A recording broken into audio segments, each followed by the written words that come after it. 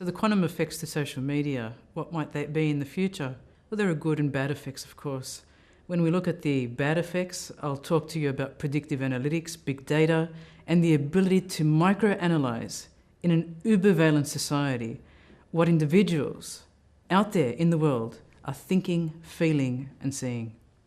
On the positive side, we might be able to use big data and online social media for humanitarian purposes. For example, knowing how to respond to floods better and emergency services. So when we weigh up the quantum effect, the Q effect of this plethora of online social media, we have to wonder and balance the positives versus the negatives. That's a very good question. I think we have to weigh up the good and bad and look at the implications of the applications. So think about, for example, big data world and predictive analytics and being able to look at what everyone is tweeting about, what kinds of images they're uploading into different forms of social media and how that might be replayed back to them. So you might be thinking all you're doing is putting up things on public data access point, but in fact how that data is being analysed is outside your control. It could be analysed by a third party, it might be analysed by someone you don't even know in another country. On the good side, on the flip side, looking at how these online social media tools could be used, you might think about the Uhashidi network, which is allowing for crowdsourcing to occur and for people to donate data. And there's a lot of positive uses in the humanitarian space and emergency services space. How can we better respond to floods? How can we help people in need? Wollongong University has one particular project, Peta Jakarta, which is looking at Banjo, looking at floods and how people can actually tweet when they're in a flood-affected zone. But on the whole, when we look at the potentiality of this Q effect in online social media, you could be guaranteed where there's a cause for things to go wrong, they will. And where technology may predict things that are not true, it will happen. And where technology can fail, it will. When we consider whether there is more bad or good effect, what we really need to think about is the fact that when a technology is available, it will be misused almost definitely. So we not only have to think about the positive social implications, because there are many, but we have to think about how technology can be abused and how it may be misused against individuals. And there's an asymmetry when we look at social media.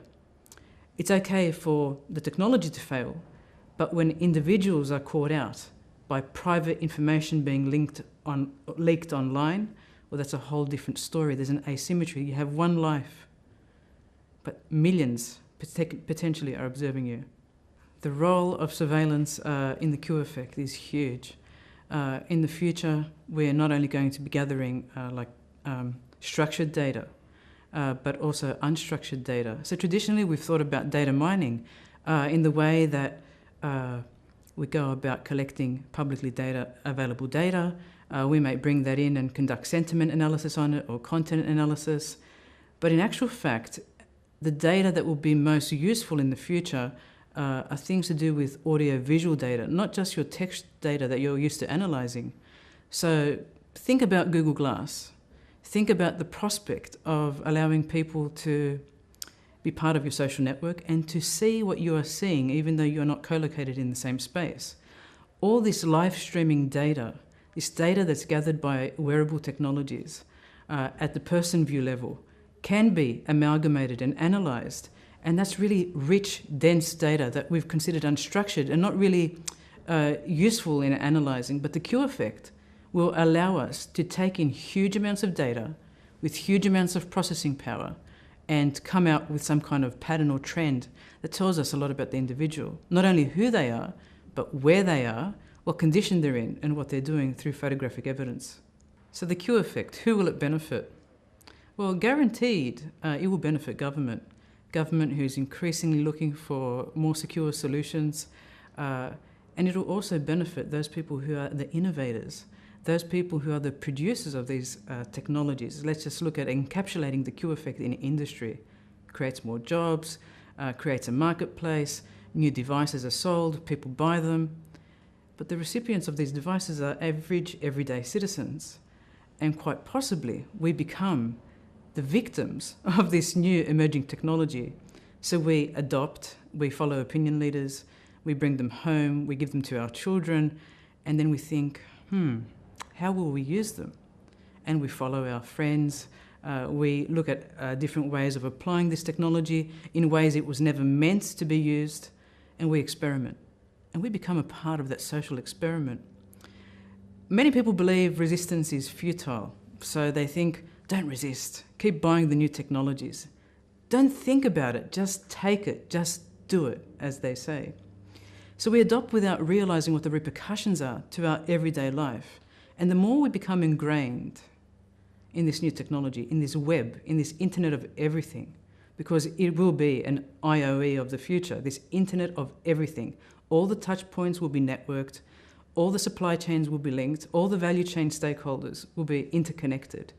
And by adopting and buying into this new world order, we are actually becoming commodified subjects, whereby our patterns and trends are analysed, and that data is then on-sold to others so that they can manipulate us. It's an information manipulation of the individual. It's an exploitation of sorts. So here, buy the Q effect. Buy into it. Buy into the reality. Because it's you we're analysing. And then I'll just feed you with more of this Q effect, and I'll just make sure you keep buying and buying. So we're in this kind of endless cycle which tells us resistance is futile. But the reality here is, it's the elephant in the room looking at each and every one of us. It's that king going down the street naked. We all know the Q effect, the potentiality of it, but we're still willing to engage with it and keep going because you can't stop science, of course.